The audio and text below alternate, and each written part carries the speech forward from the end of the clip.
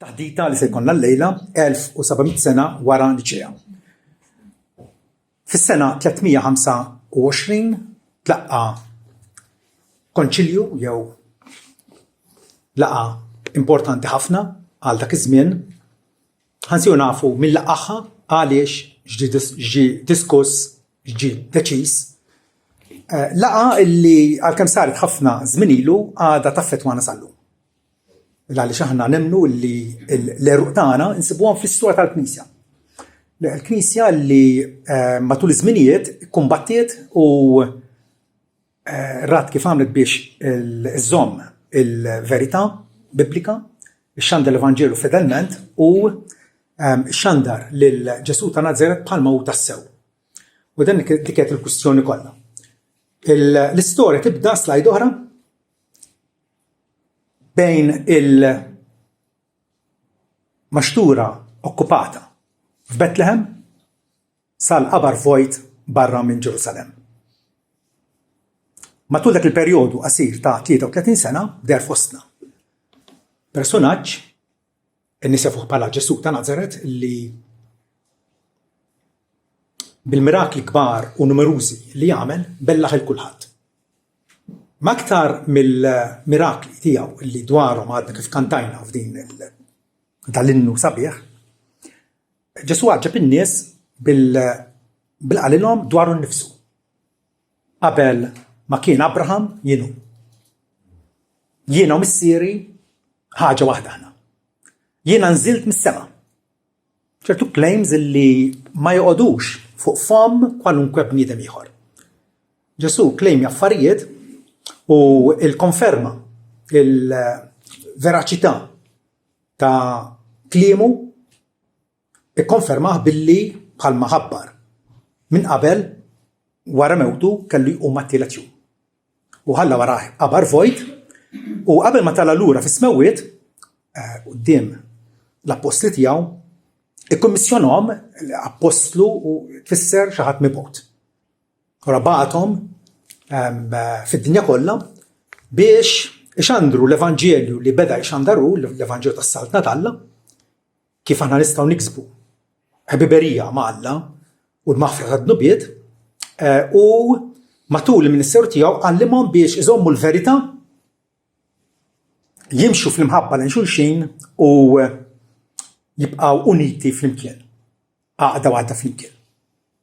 Dik hija l-inkombenza, il-biċċa xogħol tagħna llum illi niffurmaw il-Knisja ta' Kristu illi nxandru l-verità mingħajr kompromessi illi nibqgħu nħobbu l-xulxin u nkunu ħaġa waħda flimkien. Il-Knisja, il-Kristjaneżmu llum mhuwiex unit, hemm ħafna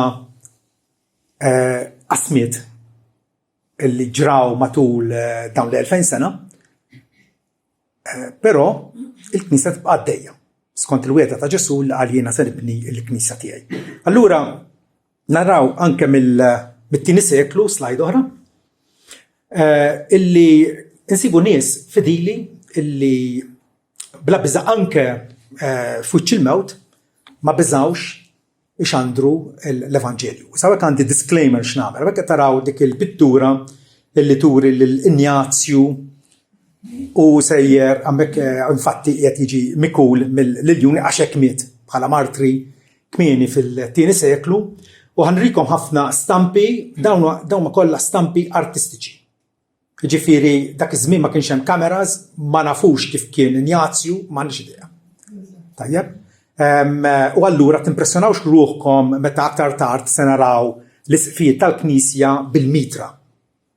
Nafu fiċ-ċert illi fir-raba' seklu dawk l-affarijiet dak il-vestwarju ekklesjastiku ma kienx jeżisti.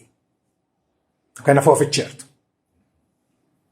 Allura ma nimpressjonawx ruħna imma biex nidu pjaċir anke bl-istampi il-punt tiegħi huwa li ma' Ignazju kien hemm oħrajn, Klement ta' Ruma, Irenew ta' Lyon, Ġustinu l-Martri,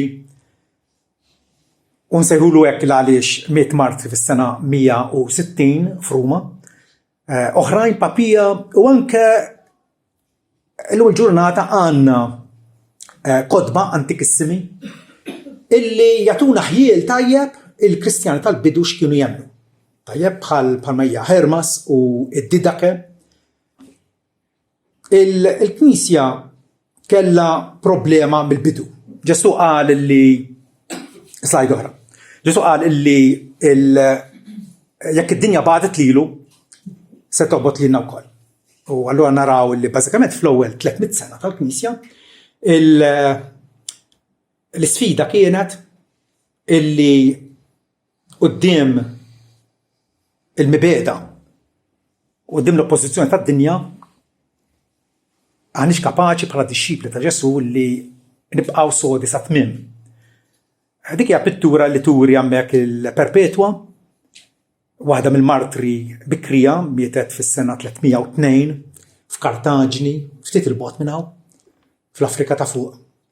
U Felicitas il-għaddejja tagħha, però kien hemm oħrajn fi Franza Blandina, kien hemm Attalu ta' Pergamu, Fotinu, sensiela sħiħa ta' nies illi ħabbew Ġesu Kristu kienu persważi mill-maħfra li huwa provdilhom permezz tal-mewta tiegħu fuq is-salib u taw xhieda tajba ta' Ġesu Kristu. Slajd oħra. Il-persekuzzjoni komplet, infatti kien hemm fl-ewwel 300 sena 10 imperaturi Rumani illi xi ftit jew wisq fuq medda qasira jew twila ta' żmien ivarjaw. Ħabtu għall-Knisja u rridu jeqirduha. U dawn huma l-ewwel wieħed Neruni illi difatti Pietru u Pawlu mietu matul is-saltna ta' Neruni f'Ruma. Imbagħad warah Domizjanu, Trajanu, Adrianu, Marco Aurelju illi kien filosofu u taqra l-filosofija tajt kellu etika, però ħabat għall-insara xorta waħda. Mbagħad warah Septimju, Severu, Deċju, Valerianu, Dioklezzjanu li l-persekuzzjoni tiegħu kienet qalila immensament tal-waħx. U finalment ukoll Maximinius Thrax. Il-Knisja ġifieri kellha tħabbat wiċċha ma' attakki minn barra. U t-tattika ta' dawn l-imperaturi kienet illi jekk aħna noħdulhom il-Bibja illi huma jibbażaw twemmin tagħhom fuqha, tajb dan il-moviment tal-Kristjani jiġi fix-xejn. Mhux biss il-Bibja ma anke l-mexxejja Ansara li kienu sikwit fil-mira u allura kienu jqattlu wkoll martri. Slajd oħra, il-problema kienet għar minn hekk però, għar minn hekk, mhux biss attakki minn barra illi tista' titlef ħajtek, imma l-attakki ta' dottrina falsa. Aħna bdejna nistudjaw l-ittra ta' Ġuda u jgħidilna biex nissaraw għal fidi moti għal qaddisin darba għal dejjem u għala kien jaf ġej fuq il-Knisja kemm gideb u devjazzjonijiet dottrinali kienu se jinħolqu matul iż-żminijiet, fl-ewwel 300 sena u anke aktar tard il-teddida serja kontra l-Knisja kienet l-gnostiċiżmu.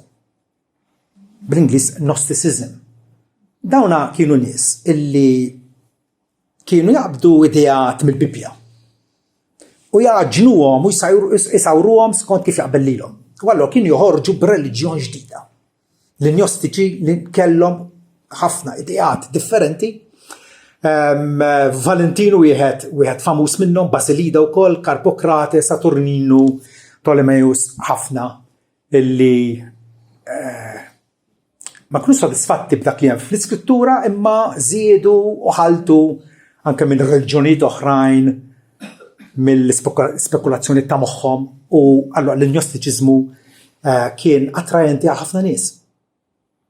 Pereżempju l-idea illi Marija tal-Tissema birħu l-ġisem insibuha l-ewwel darba fi ktieb gnostiku tas-seklu 6 li kien jismu Transitus Mariae. Li dana l-Bibja ma tgħidilniex wara Pentekoste Marija tissemma l-aħħar darba fil-Bibja. Wara Pentekoste, ma tissemmix iżjed. U dan nies kienu dilettanti li jgħidu ma x'ġara minn Marija u Ġesu. Tajb u xi ħadd ħareġ b'din l-idea li tela tissema بالروح الجسم. كتاب انيوستيكو اللي dispeċi konna ngħidu l-Knisja Kattolika Rumana llum il-ġurnata laqat dil-idea injostika meta fi żmien l-antik il-Knisja tant issarat kontra dan il-movimenti foloz plus ukoll illi kien hemm bħal Mani raġel mill-Persja fejn illum hemm l-Iran illi ivvinta reliġjon jgħidula il-Manikeizmu fejn li għandek id-dawl kontra d-dlam, il-ħażen kontra it-tajjeb, għaddin f'konflitt, f'gwerra eterna bejnietom. U uħroġ il-ħaġeb, Wistin ta' Ippona, il-Maltija fuq bħala Sant Wistin, għamel 10 snin Manikew. 10 snin qabel ma mbagħad finalment ikkonverta. Imma tistgħu timmaġinaw ġifieri jekk aħna nħossuna meddin minn kull naħa il-ġurnata, il-Knisja Ġesu Kristu qatt ma kellha perjodu ħafif, kwiet u tranquill. Qatt. Il-battalja dejjem kienet hemm. Slajd oħra. Wieħed mill-dawk li ħabtu il-Knisja kien Markjon ta' Sinope. Dan mill-Turkija vjaġġa u spiċċa s-Setilja lejn is-Setilja Ruma u l-idea tiegħu kienu li ġġib għajnejk wara widnejk. Fil-waqt li pretenda li huwa Kristjan Alla tat-Testament il-qadim huwa kattiv, Alla tat-Testament il-ġdid huwa ħanin. Mela, x'ħan nagħmlu bit-Testament il-qadim? Narmuh bit-tieqa l barra il għaliex dak huwa ta' Alla skadut. Il-Bibja editjab tal-mod manjera illi kull ma ħalla mill-Bibja ta' x'ħalla. L-Epistoli ta' Pawlu. Għal dak huwa l-uniku appostu veru ta' Ġesu. U jerġa' fejn moġbux ukoll naqlih il-barra.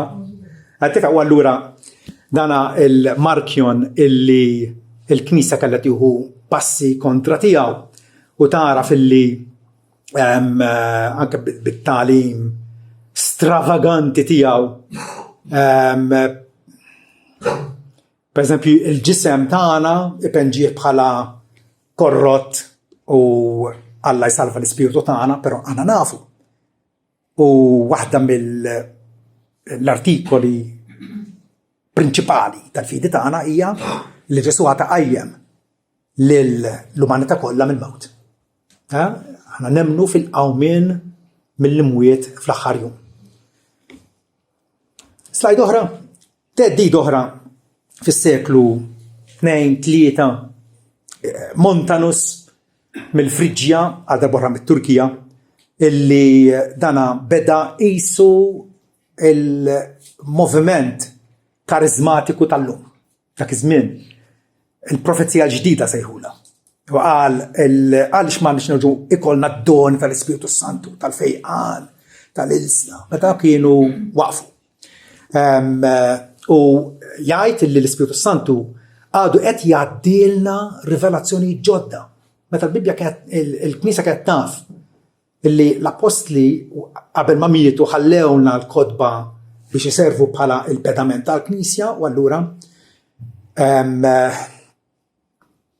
Montanu jgħid li żmien tal-profezija ma spiċċax. Notaw kemm jixbaħ il-moviment karizmatiku tal-lum. Preparaw għar-ritorn imminenti ta' Kristu. Huwa meħtieġ ħajja Kristjana aktar stretta u safja, naqblu. Però rrid fisser li blaxxetika billi inti taħqar il-ġismek. Jgħid ukoll in-nisa jistgħu jkunu mexxejja profetiċi. Fatti kellu żewġ nisa miegħu jipprofetizzaw u l-Knisja ġenerali ikkundannat il dan il-moviment. Slajd oħra naraw il-Tertuljanu għal darb'oħra kif dal-artist ħaseb li huwa Tertuljanu. Kellu x'dana jew dal-affarijiet. Però Tertuljanu kien apologista famuż fis-seklu 3, difensur tal-fidi, ħalla wara ħafna kodba u sorprendentament, u ma nistax nifhmu l-għana, l-aħħar ta' ħajtu ngħaqad mal-Montanisti. Ma nafux l-għana. Però miegħu fl-istess żmien kien hemm nies oħra bħal Klement Alexandra, Origene, Ċiprianu, ta' Kartaġni, Metodju, ta' Olimpja, Ippolitu ta' Ruma, ħafna nies li ħallewna kodba ta' talim li nisaqrawhom u nifmu x'kienu jagħmlu l-insara dak iż-żmien u nqabblu aħna naqblu mat-talim tagħhom. Aħna il-Protestanti ħafna drabi f'dawn l-ewwel 3 sekli naraw kemm it-talim tagħna jaqbel ma' dawn in-nies tal-Knisja Bikrija. Slajd oħra, fir-4 seklu il-problema kbira ħoloqa wieħed presbiteru minn Lixandra fl-Eġittu jismu Arius. Illi b'tattika fina u b'raġunar brikkun ħafna u kellu il-ħilla li jaqqad vers mill-Bibbja ma' vers ieħor u jagħti stampa totalment falsa, però impressjonata ħafna. Beda jgħid illi Ġesu ta' Nażaret mhuwiex Alla, ma kien maħluq. U il-frażi tiegħu tant ripetuta li sar proverbju, ħafna nies kienu qegħdin jgħiduha din illa. Kien hemm żmien meta ma kienx. Kien hemm żmien meta ma kienx. Mela qed jgħid illi Ġesu mhuwiex etern u Ġesu kellu bidu. Ċertament huwa għandna nuru reverenza u ammirazzjoni kbira lejh, però Arius qal li Alla huwa wieħed u ma jistax ikun 2 jew 3. Dik qed il-problema illi dan għandna nsejħulu arċ ereżjarka, ġifieri kien mhux biss eretiku, ma eretiku mill-kbar illi ħoloq disgwid kbir dak iż-żmien. Fl-istess żmien meta l-Imperatur Kostantinu ikkonverta. Issa kienx konverżjoni vera u le, Alla biss jaf. Tajjeb, imma nafu illi qabel battalja importanti illi kellu jiġġieled meta kien għadu ġeneral, il-battalja tal-Pont Milvjan fis-sena 312. U dana jgħid Kostantinu illi qabel battalja ra viżjoni ta' salib u bil-Latin in hoc signo vinces. B'dan is-sinjal irbaħ. U tant impressjona ruħu illi għal dawn il-Kristjani ta' min jismagħhom.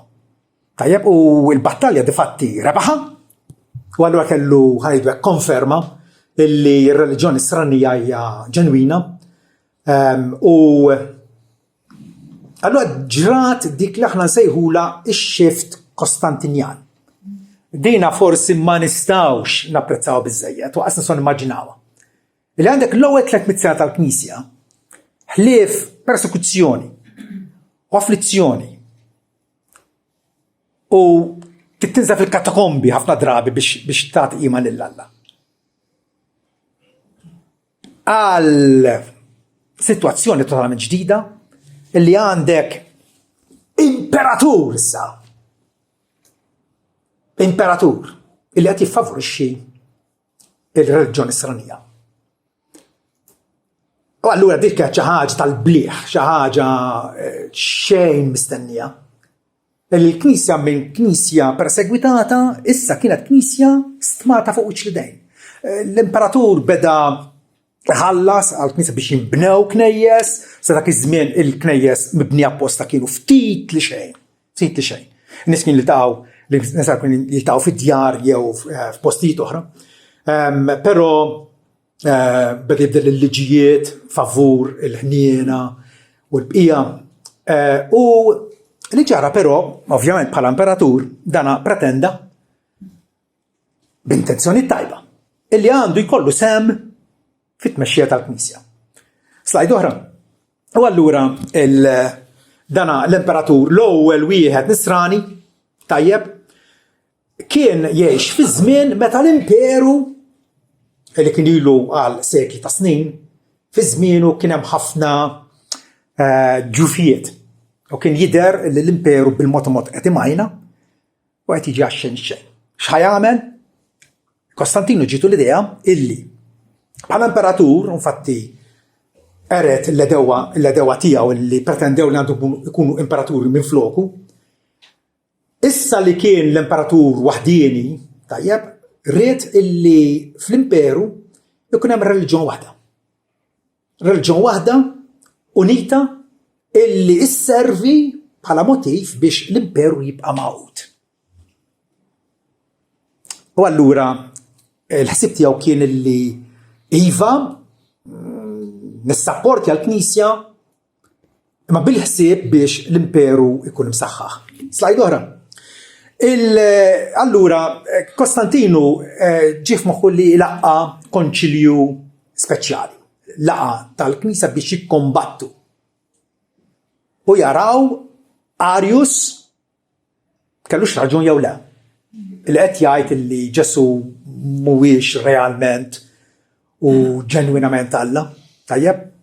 Dawn il-tip ta' konċilji kienu ilhom isiru, konċilju ta' Niċea ma kienx l-ewwel wieħed. Tajjeb? Infatti fi żmien l-Apostli sar konċilju f'Ġerusalemm madwar is-sena 50 illi allura ħoloq il-preċedent illi fejn hemm problema fil-Knisja għandna niltaqgħu flimkien biex niddiskutu u niddibattu jekk jista' jkun u nippruvaw naslu għal soluzzjoni illi tkun ta' bilħaq biblika.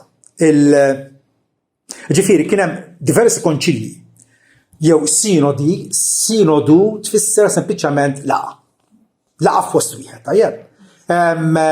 Minn dawn il-konċilji bikrija tal-ewwel sekli aħna protestanti naċċettaw l-ewwel sitta. L-ewwel sitta naċċettawhom it-tagħlim tagħhom kien tajjeb, id-deċiżjonijiet li ntlaħħu kienu tajbin, ma naċċettawx imbagħad it-tieni konċilju ta' Niċea. Illum ħan nitkellmu fuq l-ewwel konċilju ta' Niċea li ġara fis-sena 325. Imma mbagħad fis-sena 787 kien hemm konċilju ieħor ta' Niċea. Tajjeb, illi dan sar matul il-kontroversja ikonoklastika, ġifieri kien hemm ħafna ġlied u dibattiti fil-Lvant, fil-mhux aktar l-Ewropa tan-naħa ta' Franza u Spanja, ma naħa ta' Turkija u l-Greċja. Tajjeb? Kemm ħafna ġlied għandhomx jaċċettaw ikoni ġifieri stampi ta' qaddisin ta' Marija ta' Kristu jew inkella le. Din il-kontroversja damet għaddejja aktar minn 200 sena. Ġifieri isir konċilju le, isir konċilju iva, isir konċilju le. Konċilji jinnegaw id-deċiżjoni ta' xulxin, però dan it-tieni konċilju ta' Niċea qal li l-istampi jew ikoni kif isiħulhom huma għandhom isiru bil-ħsieb illi ifakruna dwar ħwejjeġ smewwitija. Slajd oħra. Allura biex narġu lura għal konċilju ta' Niċea l-ewwel wieħed, Niċea dak iż-żmien kienet belt importantissima bħalma kienet Biżanzju, Kalċidonja, Efesu u Nikomedja, bliet li ħafna drabi l-imperatur kellu x'jaqsam magħhom. Hawnhekk f'Niċea l-imperatur Kostantinu kellu l-palazz tiegħu u qal inlaqqa l-isfijiet mexxejja mill-Kristjaneżmu kollu ħanistedinhom biex jiġu hawnhekk u jiddiskutu u jaraw din il-kwistjoni li qed qajjem Arius għandux raġun jew le. Hemmhekk qegħdin naraw fl-istampa waħda mixtabi antiki sa tara bħal meta għandna l-imdina ġvera swar mikulin l-istess ħaġa hemmhekk. Però dak iż-żmien kienet belt imperjali biex nsejħulek. Slajd oħra. Biex intikom idea fejn hija Niċea hija proprjament hawnhekk. Okay? Għandek il-Baħar l-Iswed, il-Baħar Mediterran, Malta, taħt Qallija. U allura għandek dawn l-isfijiet mal-presbiteri tagħhom li ddeċidew għax kellhom interess illi l-verità tibqa' bla mittifsa u allura vjaġġaw mingħajr ajruplani xhur twal biex waslu. Bid-debba jew biż-żiemel. Għattifhem. biex attualment jattendu għadha l-konċilju li beda bħal bieraħ 1700 sena ilu, bħal bieraħ. Mill-20 ta' Mejju sal-25 ta' Awwissu allura għandek 3 xhur u 3 ijiem illi kienu miġburin f'din is-sala kbira bl-imperatur magħhom li qed jismagħhom u jankoraġġihom biex jilħqu ftehim l-aktar importanti fuq l-identità vera ta' Ġesu. Min hu Ġesu? Slajd oħra. L-imperatur ħatar lill-isqof Hosius dakin minn Kordoba fi Spanja. U għawek għadin naraħ bil-palju, bil-mitra u bil-ħatar kif ħattilkom. Dak iż-żmien fis-seklu 4 l-isfijiet u mexxejja tal-Knisja kienu jilbsu normali bħal ħaddieħor. Normal bħal ħaddieħor. Okay? Però ovvjament dan huma pitturi magħmulin minn Kattoliċi Rumani llum il-ġurnata u allura niftakru dawn il-fajt niftakruhom u ma nkunux intimidati. Il-slajd oħra konċil ta' Niċea kalkolu illi attendew għalih bejn 250 u 318 l-isqof. Tgħidli allura dil-fratterja kollha ma tantx kien kbir, għal dak iż-żmien kien kbir ħafna. Ftakar il-popolazzjoni nisranija dak iż-żmien kienet pjuttost ċkejkna. Pjuttost mhux bħal illum il-Kristjaniżmu kiber ħafna. Tajjeb? Meta sar konċilju Vatikan it-tieni kien hemm aktar minn 2000 isqof. Okay? Dak iż-żmien kienet xi ħaġa bla preċedent li għandek mexxejja minn diversi bliet fl-Ewropa illi ħadu sib biex jattendu. L-isqof ta' Ruma Silvestru dak iż-żmien ma attendiex. Għax kien ta' età misjura u ovvjament ma setax jivvjaġġa. Però bagħat żewġ presbiteri, il-Vitus u Vincentius, biex jirrappreżentawh. Ma kienu jafu il-pożizzjoni ta' Silvestru x'inhi dwar l-identità ta' Ġesu u allura bagħat lilhom. Slajd oħra, din l-avveniment f'Niċea ovvjament ġie rappreżentat artistikament il kollu. Għawek għandna pittura fi knisja antikissima mal-affresk mal-ħajt.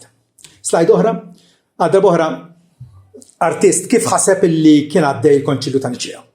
Għatifem, għandek il-mexxejja bil-mitri, jgħan nitħax il-naro, il-għalix ma kienux bil-mitri u bil-vestuarju eklezjastiku xem minn dan. Ma diġ dubju li marru li b'sin pulit, għax kienu ħeltaqu ma l-imperatur. Slajd oħra.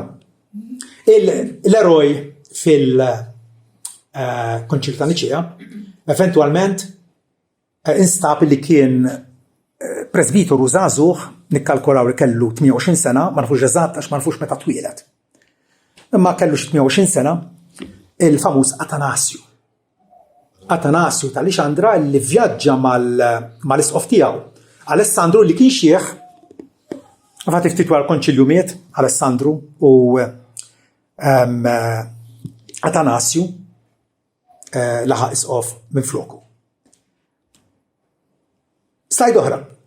Aqraw dan iż-żewġ kelmiet u araw mhux l-istess.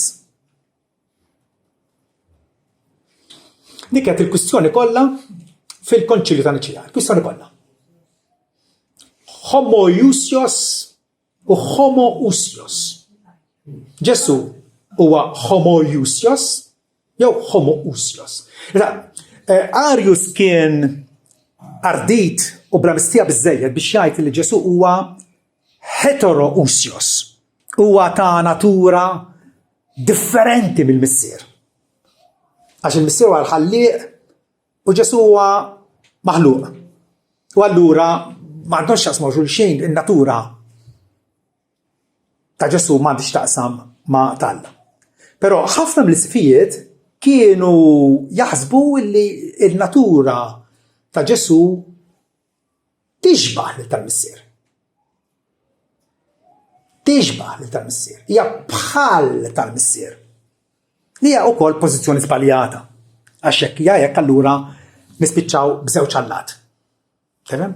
Il-pożizzjoni li ħa Atanasju hija homoousios, tal-istess natura mal-missier. Ġesu bħalma qalu stess jienu missieri ħaġa waħda aħna. Huwa tal-istess natura. U allura għandna dan id-dibattitu illi beda billi Hosius laqa dak li attendew, imbagħad kien hemm l-imperatur li jagħmel diskors imqanqal ħafna u qalilhom jiena ma tantx nifhem daqskom, però jekk jogħġobkom aqblu flimkien. Dik hija l-ħaġa li aħna niddomanda minnkom. Tridu toħorġu minn hawn maqbulin flimkien. Okay? Dak l-interess tiegħu. Illi l-Knisja tkun ħaġa waħda. U allura hawnhekk qegħdin naraw x'se jsir matul din il-laqgħa. Għandek il-gidba kontra l-verità. Aħna il-Kristu regolament nsejħulu Salvatur. U Arius ukoll kien isejjaħlu Salvatur lil Ġesu. Mela jekk insejħulu Salvatur Ġesu, mela Alla. Għaliex? Għax Bibja tgħid ripetutament li Alla waħdu huwa Salvatur. Kemm il-profeti kif ukoll Testament il-Ġdid jgħid li Alla waħdu huwa Salvatur. Kif kantajna fil-għanja dwar Ġesu, mess li ruħi u nfejjaq se nkun u Salvatur. Mess ir-ruħi u nfejjaq se nkun u Salvatur. Slajd oħra. Ma taqtawx min attenda għal konċilju ta' Niċea. Naħseb tilħu tixjieħu tmutu u żgur ma taqtawx.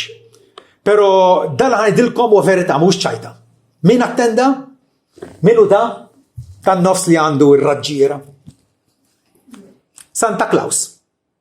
Santa Nicola. Claus.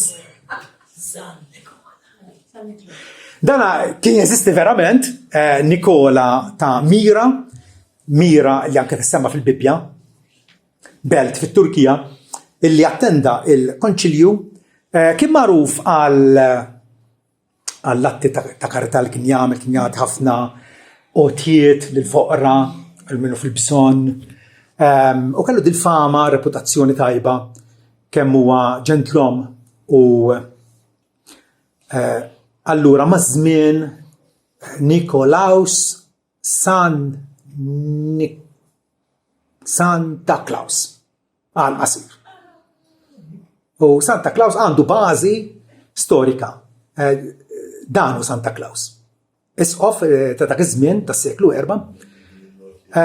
U hawnhekk f'dal-istampa f'din il-pittura għal darb'oħra, x'taħsbu li qed jagħmel lil Arius? X'qed jagħmlu jillixxjalu d-daqna taħsbu? Ija tixarrablu waħda fuq il-warda ta' wiċċu. Għaliex ma felaħx jisma' lil Arius jgħid l-erziji tiegħu u joffendi letteralment lil Ġesu Kristu. Sewa minnu? Infatti kien dixxiplinat imbagħad kien dixxiplinat maħdux biex bih, però naraw iż-żelu tiegħu. Il-Ġuda ħaddu letteralment, iġġieldu għal fidi mogħtija lilkom darba. L-qaddisin darba dejjem mhux vera. Hemm min jgħid li hija leġġenda biex isalvawlu r-reputazzjoni tiegħu. Hemm jgħid li hija leġġenda, però sal-lum stess għadna qed nisma' lil Ryan Reeves, storiku stabbilit, li jgħid li hija wafatt. Hekk ġara. Tajjeb, wara dak il-pawsa umoristika nistgħu nkomplu il-diskussjoni tagħna.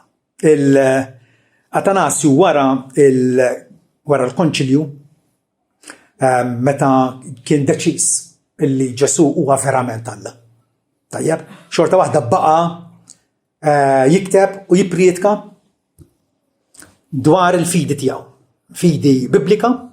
Minħabba l-fidi tiegħu ġie eżiljat 5 darbiet. 5 darbiet. Skont min kienu kun hemm imperatur, jekk kien jaqbel ma' kredu Niċen kien iżommu, jekk ma kienx jaqbel kien jgħidlu barbar. Żbrana minn hawn. il-sofferenzi u il-prezzi kellhom ħallsu dan nies biex illum il-ġurnata aħna nistqarru il-fidi biblika. Dawn nies li ħallsu prezz. Hawnhekk dal-ktieb tiegħu On the Incarnation smajtu jiena, mhux qarajtu, smajtu, illum tista' tisma' ħafna kodba. Ktieb tqil, però b'argumenti qawwija u jurik illi Ġesu niżel ismewwiet u bil-fors u Alla għax altrimenti ma jistax isalvana. Bniedem bħalna ma jistax isalvana. Infatti setet bħal huma xhieda ta' Ġehovah illi bħal Arius ma jemnux li Ġesu Alla, is-salvazzjoni tagħhom tikkonsisti fil-li inti tipprova timita tal Ġesu. Għejx bħalu għamel l-opri tajba u salva b'ħiltek stess. Li mi salvazzjoni xejn hija impossibbli. Athanasius baqa' fidil sa tmiem, infatti fi żmienu inħolqot il-proverbju Athanasius contra mundum, illi anke wara l-konċilju xorta waħda kien hemm ħafna dibattiti u ħafna nies jgħidu li Ġesu insomma ma stawx insejħulu Alla fil-vera sens tal-kelma, u Athanasius baqa' iżomm sħiħ sal-aħħar avolja kien f'minoranza. Athanasius ukoll kiteb dwar il-ħajja ta' Antonju. Antonju li kien wieħed dawk l-eremiti bikrija fl-Eġittu, illi twarrab fid-deżert biex il-komunità tiegħu Alla tkun bla tfixkil minn nies oħra. Allura kien il-pionier tal-monastiċiżmu. Tajjeb, li kien beda dieħel, qegħdin ngħidu s-seklu 4 hawnhekk, kien beda dieħel u Athanasiu kien favur il-monastiċiżmu. U kiteb din ħajja ta' Antonju li smajta, mhux qarajta, smajta. Moviment li kien fih it-tajb u l-ħażin tiegħu. Mhux mandat fl-iskrittura li neqqataw jew morru ngħixu f'kunvent jew f'monasteru, però dak huma fatti storiċi. Ħanaddu mela għal kredu kif ħallewlna fil-Konċilju ta' Niċea. Kredu li huwa qasir jiffoka ħafna fuq Ġesu għax dik kienet il-kwistjoni kollha. U jibda biex jgħid nemmnu f'Alla wieħed il-missielis ta' kollox ħalli tal-weġ kollha viżibbli u inviżibbli. Il-kredu seta' żied ħafna informazzjoni oħra dwar Alla l-missier, però ma kienx l-iskop. L-iskop kien illi il-Knisja ta' kienar titgħallem dal-kredu blamment, nies komuni, nies bravi, kellhom jitgħallmu blamment biex ikunu sodi fil-fidi tagħhom. Okay? Ma dak dwar il-missier, imbagħad dwar l-iben. U nemmen f'mulej wieħed Ġesu Kristu, bin Alla imnissel mill-missier l-uniġenitu, ġifieri li huwa iben uniku għal Alla. Aħna wkoll li Alla, ma bl-adozzjoni. Differenti għal kollox minn Ġesu. Ġesu huwa l-iben uniku u etern tal-Alla. Jiġifieri mill-essenza tal-missier għalhekk homo usios mill-essenza tal-missier. Alla minn Alla dawl minn dawl, Alla veru minn Alla veru, imnissel mhux magħmul natura waħda mal-missier li biss għal kollox kemm fis-sema kif ukoll fl-art. Arius u sħabu ma setawx jgħidu dal-kredu, ma setawx. Tifhem, ġifieri huwa immirat kontra l-iżball u l-erezija tagħhom. Ikompli li għalina l-bnedmin u għas-salvazzjoni tagħna niżel u kien inkarnat, ġifieri assuma bil-Verġni Marija ġisem uman bħal tagħna, ruħ raġonevol bħal tagħna, tajjeb kien inkarnat karne laħam bħalma qal Ġwanni u il-kelma sar laħam u għammar fostna, okay? Kien inkarnat u kien magħmul bniedem. Bata u mat-tielet jum reġa' qam tela fis-smewwiet minn hemm għandu jiġi biex jagħmel ħaq mill-ħajjin u l-mejtin. U fl-Ispiritu Santu. U tgħidli daqshekk fuq l-Ispiritu Santu daqsxejn stramba din, imma tapprezzaw il-fatt li l-kwistjoni ma kienx fuq l-Ispiritu Santu. Il-Knisja kienet temmen f'Alla Trinità, tajjeb? Ma kwistjoni li għala Arius u maħabba fih itlaqqa l-Konċilju ta' Niċea kien jekk insolvu u nidentifikaw bi preċiżjoni minnu Ġesu, tajjeb, l-Ispiritu Santu ma kienx kwistjoni. Unkompli jgħid iżda din hija kif jagħlaq il-kredu innotaw il-kanuni immirati kontra Arius. Iżda dak li jgħidu kien hemm żmien meta ma kienx, smajtuha? U ma kienx qabel ma kien magħmul. U kien magħmul mix-xejn. Jew u ta' natura oħra. Heterousios. Jew essenza oħra. Jew li bentalla u maħluq jew jinbidel, jew ma jibqax li hu. Dawn huma kundannati mill-Knisja mqazza Kattolika u Apostolika. Ġivem kundanna għal dawk illi imiru il-verità biblika u fondamentali, għax din hija verità li jekk inti ma tilqaħiex ma tistax kun Kristjan. Ma tistax tgħid li Ġesu huwa maħluq jew li mhux divin u tippretendi li inti Kristjan. Daqshekk serja. Okay? Dawn ma kundannati mill-Knisja mqazza Kattolika, il-Knisja minn żmien Injazju, tiftakru għall-istampa tiegħu, Injazju. Injazju kull ewwel wieħed li sejħ il-Knisja Kattolika, Katholikos, tfisser minn kullum kien, miġnus kollha. Qabel il-Knisja, qabel ma tweled Ġesu, il-Knisja kienet Iżrael. Iżrael. Tajjeb, ġens ċkejken, imissa il-bibien tal-grazzja tal-infettwa ġnus kollha. Tajjeb, Ġesu għas-Salvatur tad-dinja. U allura Knisja Kattolika meħuda illum mill-Koreani, Amerikani, Maltin, mill-ġnus tad-dinja kollha. Dak is-sens. Ma għandax taqsam xejn mal-Knisja Kattolika Rumana kif żviluppat aktar tard. Knisja Kattolika Rumana nistgħu ngħidu li bdiet tiżviluppa bil-mod il-mod, għajl, kważi minn ma nintebħu mas-seklu 6. Hekk kif l-Isqof ta' Ruma beda kull ma jmur jiddomanda u jippretendi li għandu ġurisdizzjoni fuq il-Knisja kollha. Xi ħaġa li l-Knisja tal-Lvant qatt ma ċċettawha. Okay. Slajd oħra turina, interessanti din, illi fuq dik kienet olla, biċċa minn olla, msewwija infatti bil-kolla. Xemm miktub fuqha il-kredu ta' Niċea.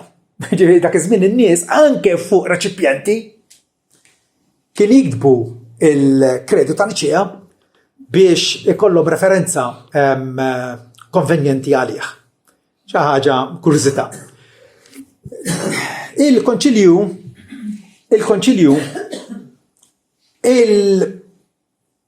biċċa xogħol kbira tiegħu kienet illi jitratta l-kwistjoni ta' min hu Ġesu. Tajjeb, però f'dak it-tliet xhur trattaw ukoll kwistjonijiet oħra. Waħda minnhom kienet id-data tal-Eid. L-Eid bħala festa kienet ilha qed tiġi ċelebrata, però ma kienx qbil. Fil-punent kienu jiċċelebrawha fit-tali data skont il-qamar. U fil-Vant kienu jiċċelebrawha skont il-kalendarju ludi. Dejjem l-14 Nisan tista' tkun it-tnejn, it-tlieta, l-erba', l-ħamis, il-ġimgħa fejn jaħbad l-14 Nisan hemmhekk jiċċelebraw l-Eid. U allura dina kien hemm ħafna battibekki u ħafna kwistjonijiet. Għaliex ma niċċelebraw fl-istess ġurnata, dakinhar iddeċidew li jibdew jiċċelebrawh skont il-qamar. Però anke sas-seklu 7 u 8 kien hemm anke knejjes fil-Vant li baqgħu jiċċelebrawh b'istinazzjoni bil-kalendarju ludi. Ittrattaw ukoll matul dawk il-3 xhur kien hemm xizma melitjana jgħidula. Kien hemm Miletju Isqof fil-Eġittu illi għal xi raġuni kien beda jaħtar isqfijiet mhux kif suppost u ovvjament l-oħrajn għamlu għalih. Qed tifhem, u dana qisu ħoloq knisja għalih. X'ħan għamlu b'dawn nies?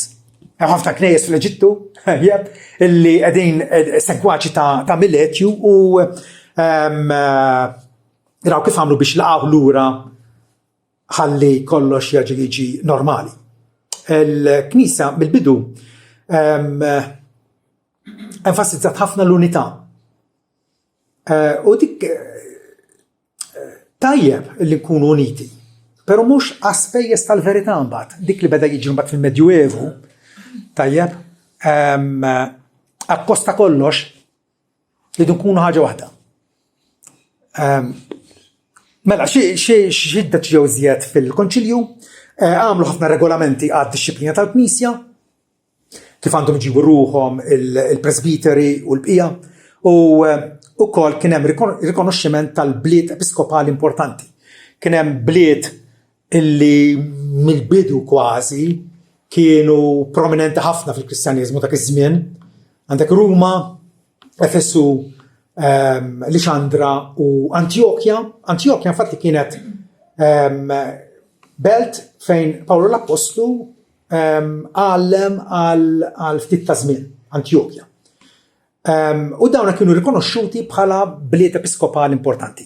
Tajjeb, slajd oħra, u tajjeb inkun nafu illi wara l-konċilju essaċ ma bis-soluzzjoni li sab il-problemi baqgħu. Infatti is-seklu 4 huwa magħruf bħala s-seklu kristoloġiku. Is-seklu fejn kulħadd mis-seftura d-dar sal-prinċep fuq it-tron kien jiddiskuti dwar Ġesu u dwar it-Trinità.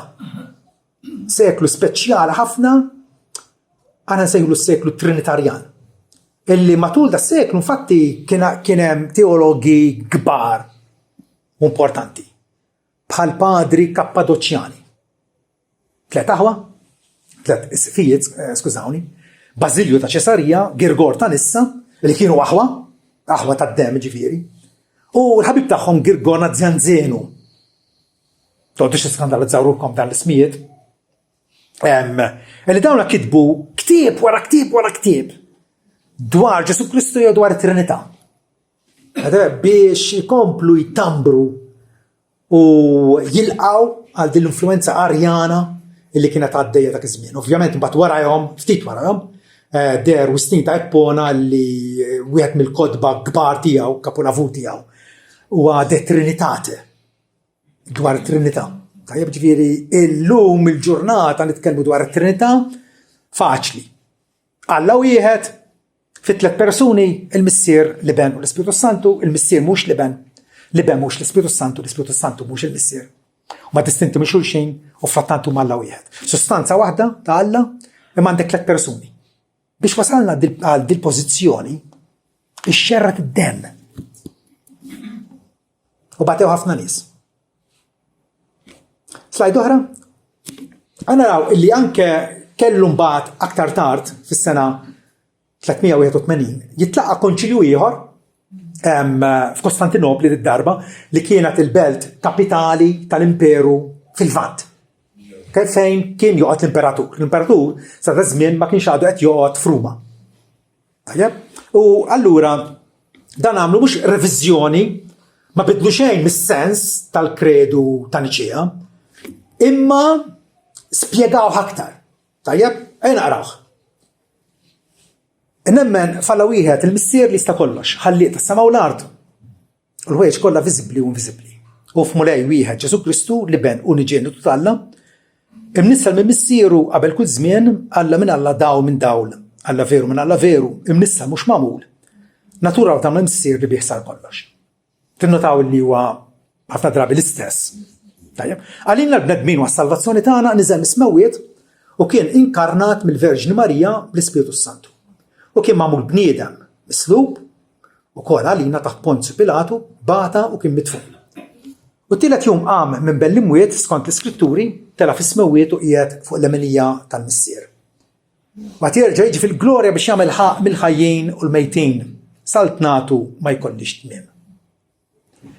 Issa fejn il-Konċilju ta' Niċea qal u nemmen fl-Ispiritu Santu issa hemm aktar spjegazzjoni. Għaliex fil-frattemp l-Ispiritu Santu wkoll daħal fil-kwistjoni u kien hemm setta pneumotikjani li tfisser nies li jiġġieldu kontra l-Ispiritu Santu.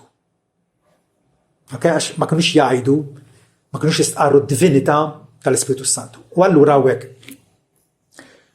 u nemmen fl-Ispiritu Santu il-mulej li għati l-ħajja li proċidi mill-missieru l-liben li hu meqjum u glorifikat fl-imkien mal-missieru mal-liben li tkellem permezz tal-profeti. Għandek testimonjanza qawwija dwar id-divinità tal-Ispiritu Santu. U nemmen fi Knisja waħda Kattolika u Apostolika nistqar ma' mudja waħda l-mafrad nubiet u nistenna l-qawmu mill-imwiet u l-ħajja ta' żmien li ġej. Dwar l-Ispiritu Santu li jipproċidi jew li joħroġ mill-missieru mill-liben. Mill-liben qiegħda fil-brackets. Għax dik imbagħad il-Knies tal-Punent żiduha ftit sekli wara. Il-kelma Latina famuża fil-jokwe. Il-maħabba fija kienet waħda mir-raġunijiet prinċipali għala ġrat ix-xiżma fis-seklu 11 bejn il-Vant u l-Punent. Il-Kristjaneżmu qasam il-Punent għalih, il-Vant għalih. Knisja Kattolika Rumana baddet tissejjaħ Knisja Ortodossa Griega fil-1054. Waħda mir-raġunijiet għaliex il-Griegi Ortodossi kienu jakkużaw lill-Papa u l-sħabu illi babastu mal-kredu. U zittu il-frażi fil-jokwe illi l-Ispiritu Santu joħroġ mill-missier u mill-liben. Meta qalu il-kredu antik jgħid joħroġ mill-missier. Forsi għalina din tinstema daqsxejn astratta. Tifhem? Imma dak li ġara. Il-Kostantinopli, slajd oħra, fil-Konċilju ta' Kostantinopli issa, Kostantinopli belt kbira, belt li kienet il-residenza tal-Imperatur, naġa nfakkarkom, illi l-Konċilju sejħilha Ruma ġdida.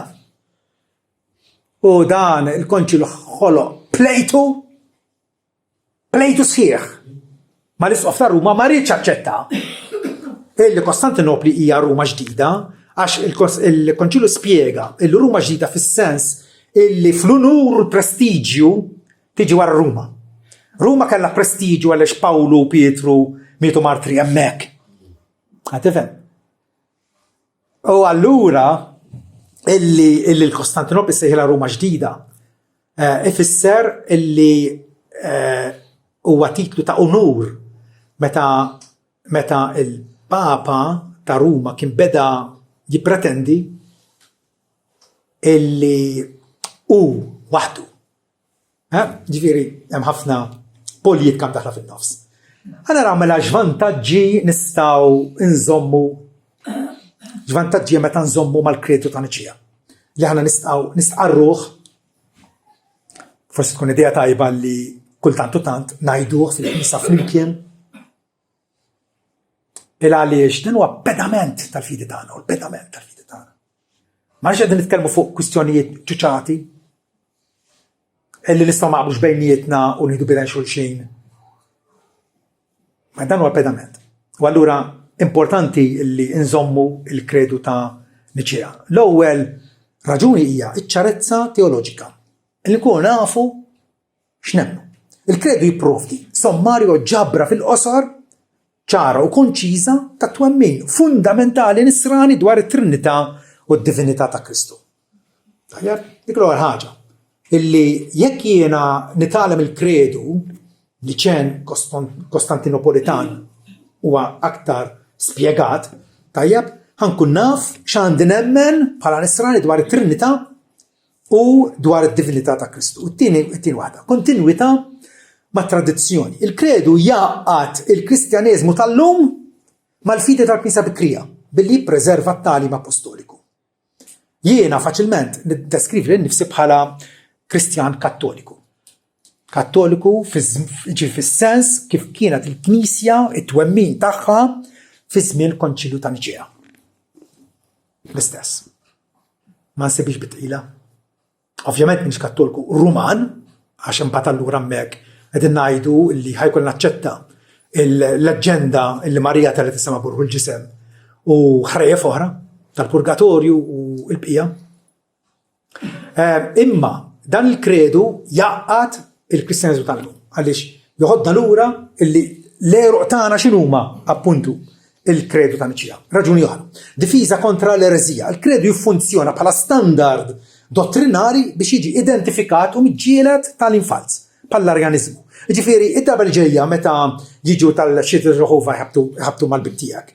U għajdu kapaċitajt il-kredu ta' Niċea, tifhem, u suppost għandu jaħrab l-hemm. Għax ovvjament ħajnkixef illi huwa mhuwiex fil-kurrent bibliku ta' talim kif għandu jkun dwar Ġesu. Raġuni oħra.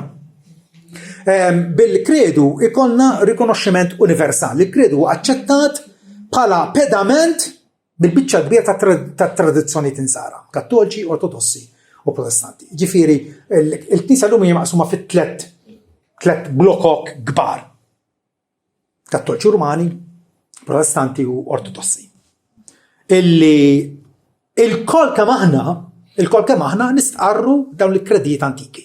Hemm oħrajn l-ħawet li nkiteb huwa kredu dettaljat ħafna dwar it-Trinità, il-kredu Atanasjan. Mhux kitbu Atanasju. Tajjeb, imma jispjega b'mod brillanti u ammirabbli x'qegħdin ngħidu meta nemmen falla wieħed fi 3 persuni. Dak huma l-kredijiet li huma l-patrimonju, l-wirt tal-Kattoliċi, Ortodossi u Protestanti. Ġifieri il-Kattoliċi llum ikunu unfair magħna jekk jgħidu illi aħna twelidna minn żmien Luteru. Unfair u tweġġani dik l-ħaġa għax mu veru xejn. Il-fidi tiegħi tmur lura għal dan żminijiet, tmur lura għal Bibja. Imma kif żvolġew l-affarijiet u kif il-Knisja kumbattiet ma' dawn l-ereżiji, id-deċiżjoni li ħadet il-Knisja dakinhar naqbel magħhom. U l-istess għandkom tagħmlu intom. Raġuni oħra, bil-kredijiet, il-kredu jgħin lill-fidili jifhmu u jesprimu l-essenzjali ta' twemmin tagħhom. U bekk isaħħu d-devozzjoni personali u komunitarja. Ġifieri il-qima tagħna u fit-talb tagħna, tajjeb, aħna lil min nitolbu lill-Alla Trinità. U nweġħuhom it-3 persuni bħala ugwali ma' xulxin, ko-eterni, ġifieri ugwalment eterni u ugwalment divini. U frattant nistqarru għall wieħed.